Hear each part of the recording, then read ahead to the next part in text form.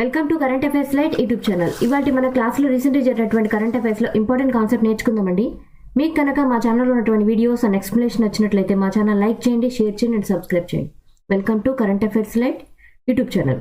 ఇవాళ మన first concept వచ్చేసి ఆంధ్రప్రదేశ్ గవర్నమెంట్ యొక్క బడ్జెట్లో కొన్ని ముఖ్యమైన అంశాలు అనమాట. అంటే మొత్తం టోటల్ బడ్జెట్ ఎంత ఉంది అండ్ అందులో main points. So Andhra Pradesh budget వచ్చేసి 2024-25 సంవత్సరానికి నియర్లీ 2.86 లక్షల కోట్లుగా తీసుకోవడం జరిగింది.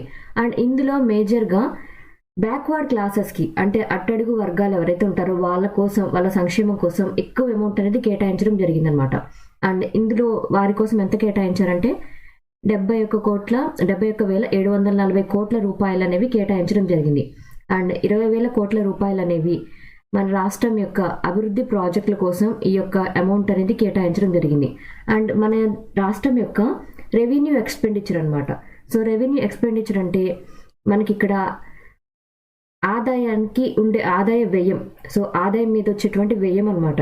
అది 2,30,110 కోట్లుగా ఉంది. బట్ క్యాపిటల్ ఎక్స్పెండిచర్ ఏదైతే ఉందో, క్యాపిటల్ ఎక్స్పెండిచర్ అంటే మూలధన వ్యయం అనమాట. సో మూలధన వ్యయం అనేది 30,530 కోట్లుగా ఉంది. సో మనం క్యాపిటల్ ఎక్స్పెండిచర్ అనేది నార్మల్గా 30,530 కోట్లుగానే ఉంది.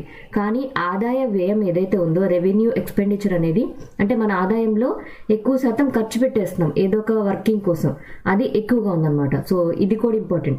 రెవెన్యూ ఎక్స్పెండిచర్ ఎంత అంటే ఆదాయ వ్యయం అనేది 2,30,110 కోట్ల రూపాయలు. Capital expenditure, so capital expenditure వచ్చేసి 30,530 కోట్ల రూపాయలు. అండ్ మన రాష్ట్రం యొక్క gross state domestic product, so దీన్ని ఏమంటారంటే స్థూల రాష్ట్ర దేశీయోత్పత్తి. సో స్థూల రాష్ట్ర దేశీయోత్పత్తిని అంచనా వేసే విషయంలో ఫిజికల్ డెఫిసిట్ అనేది ఉంది. సో ఫిజికల్ డెఫిసిట్ అంటే ఆర్థిక లోటు అనమాట. సో ఆర్థిక లోటుని మనం ఫిజికల్ డెఫిసిట్ అంటాం. సో జనరల్గా ఫిజికల్ డెఫిసిట్ అనేటువంటి పదం ఎక్కడ వస్తుందంటే మనకి ఇన్కమ్ ఉంటుంది అండ్ దాంతోపాటు ఎక్స్పెండిచర్ కూడా ఉంటుంది. అంటే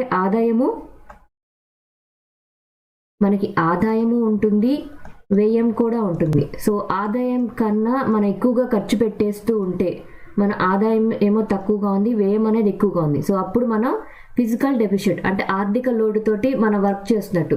సో మన రాష్ట్రం యొక్క ఆర్థిక లోటు ఎంతగా ఉందంటే 3.51% ఉంది.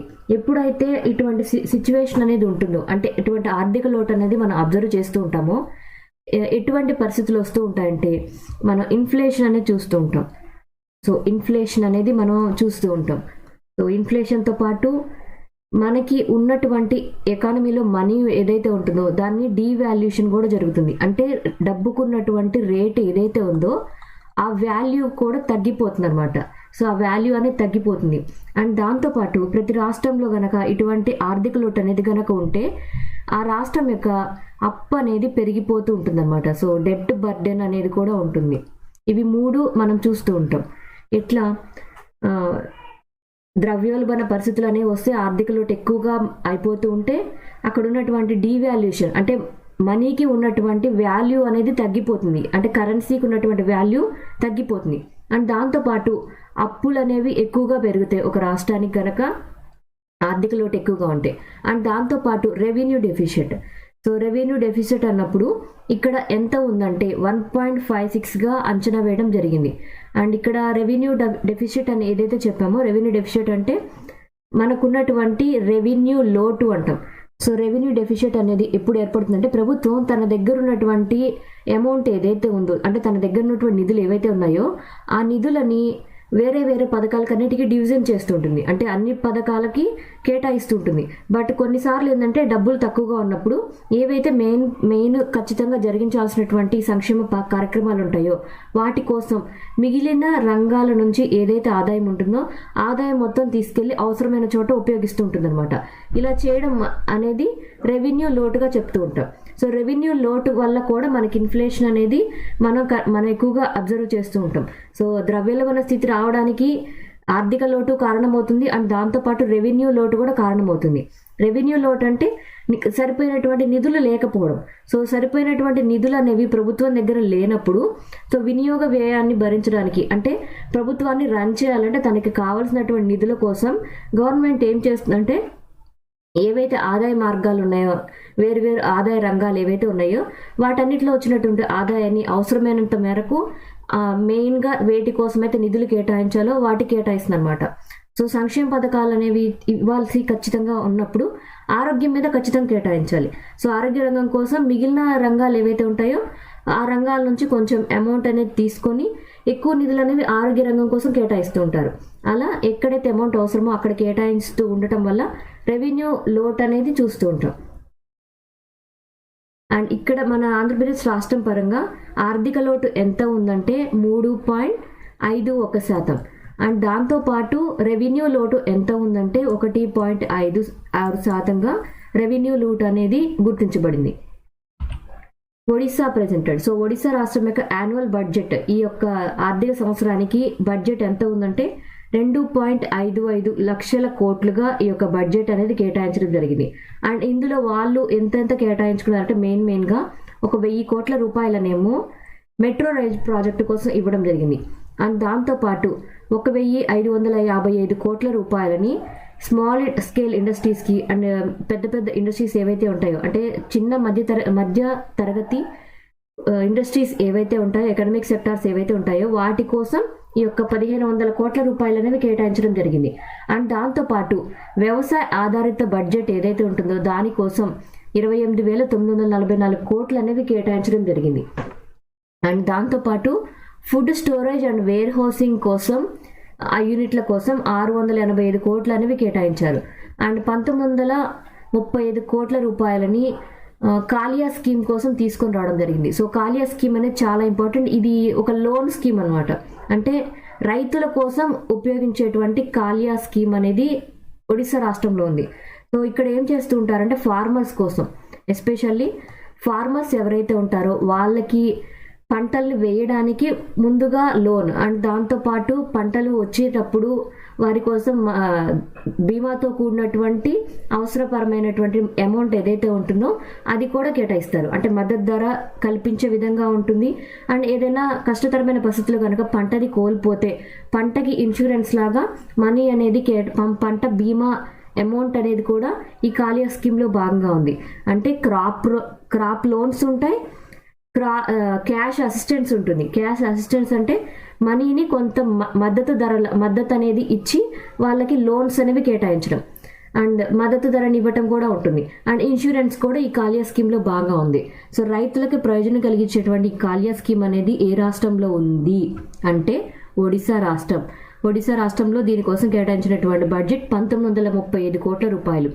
అండ్ దాంతోపాటు పబ్లిక్ హెల్త్ సెక్టార్ కోసం 19,959 కోట్ల రూపాయలు అనేవి కేటాయించడం జరిగింది. వాళ్ళు పబ్లిక్ హెల్త్ కోసం ఎక్కువ అమౌంట్ అనేది ఇచ్చారు ఒడిశా రాష్ట్రం వాళ్ళు. అండ్ దాంతోపాటు నీటిపారుదల శాఖ కోసం 14,467 కోట్ల రూపాయలు అనేది కేటాయించడం జరిగింది. అండ్ ఇక్కడ ఎక్కువ శాతం వాళ్ళు ప్రాధాన్యత ఇచ్చినటువంటి అంశాలు ఏమున్నాయంటే అగ్రికల్చర్ బడ్జెట్ అనేది తీసుకొని వచ్చారు. ఎందుకంటే ఒడిశా రాష్ట్రంలో ఎక్కువ శాతం వాళ్ళ యొక్క ఎకానమీ మొత్తం కూడా ఈ యొక్క అగ్రికల్చర్ మీదే డిపెండ్ అయింది. అంటే వ్యవసాయం మీద ఎక్కువ డిపెండ్ అయింది. అందుకనే వ్యవసాయాన్ని అభివృద్ధి మార్గంలోకి నడిపించడానికే ఈ కాలియా స్కీమ్ ద్వారా ఎక్కువగా రైతులకు ఇవ్వడం, అండ్ దాంతోపాటు వ్యవసాయానికి ఎక్కువ నిధులు అనేవి కేటాయించడం జరిగింది. అండ్ దాంతోపాటు పబ్లిక్ హెల్త్ కోసం 19,599 కోట్ల రూపాయలు కూడా కేటాయించారు. సో ఢిల్లీ లెఫ్టినెంట్ గవర్నర్ అయినటువంటి వికే సక్సేనా గారు డిడిఏ బడ్జెట్ అనేది కేటాయించడం జరిగింది. ఆ బడ్జెట్లో 8,811 కోట్ల రూపాయలు అనేవి ఈ యొక్క ఆర్థిక సంవత్సరానికి ఇవ్వడం జరిగింది. సో డిడిఏ అంటే ఏంటి? సో డిడిఏ అంటే Delhi development authority. So Delhi development authority. So ఢిల్లీకి గవర్నర్ ఉంటారు, అండ్ దాంతోపాటు అక్కడ మినిస్టర్ కూడా ఉంటారు. అంటే చీఫ్ మినిస్టర్ ఉంటారు అండ్ లెఫ్టినెంట్ గవర్నర్ కూడా ఉంటారు. సో ఇద్దరి యొక్క విషయంలో ఎన్నోసార్లు పదవుల విషయంలో కావచ్చు, అక్కడ అధికారం విషయంలో గొడవలు జరుగుతూనే ఉంటాయి. సో లెఫ్టినెంట్ గవర్నర్ గారు కూడా పరిపాలనలో ఎంతో కొంత వెళ్తూనే ఉంటారు. అండ్ చీఫ్ మినిస్టర్ గారి యొక్క విషయంలో కూడా కలగజేసుకోవడం వల్ల అక్కడ ఎప్పుడు గొడవలు జరుగుతూనే ఉంటాయి. సో ఇక్కడైతే వికే సక్సేనా గారు లెఫ్టినెంట్ గవర్నర్గా ఉండి ఈ యొక్క సంవత్సరానికి ఢిల్లీ డెవలప్మెంట్ అథారిటీకి సంబంధించినటువంటి అమౌంట్ అనేది కేటాయించారు. ఎంత బడ్జెట్ ఇచ్చారంటే 8,811 కోట్ల రూపాయలని ఇవ్వడం జరిగింది.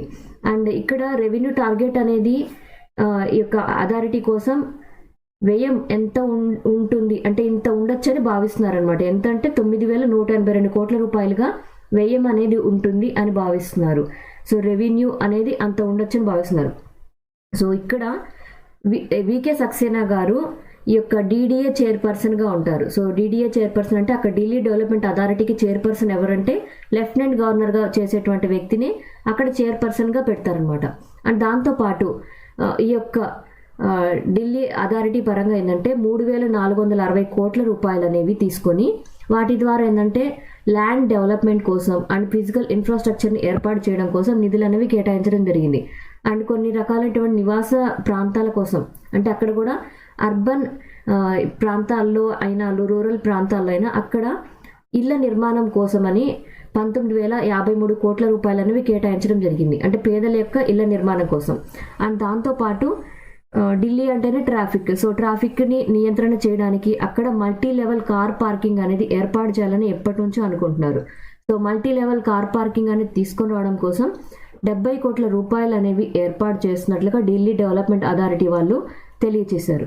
సో ఇక్కడ అమౌంట్ కన్నా కూడా ఏ యొక్క విషయాలు జరుగుతున్నాయి అంటే ఢిల్లీ పరంగా అగ్రికల్చర్ అనేది లేదు ఎక్కువగా, కానీ అక్కడ ఉన్నటువంటి ఫిజికల్ ఇన్ఫ్రాస్ట్రక్చర్ని డెవలప్మెంట్ చేయడానికి అండ్ దాంతోపాటు అక్కడ ఉన్నటువంటి హౌసింగ్ ప్రాజెక్టుల కోసం, దాంతోపాటు అక్కడ ఉన్నటువంటి ట్రాఫిక్ సమస్యను తీర్చడానికి మల్టీ లెవెల్ కార్ పార్కింగ్ కోసం 70 కోట్ల రూపాయలు అనేవి ఇవ్వడం జరిగింది.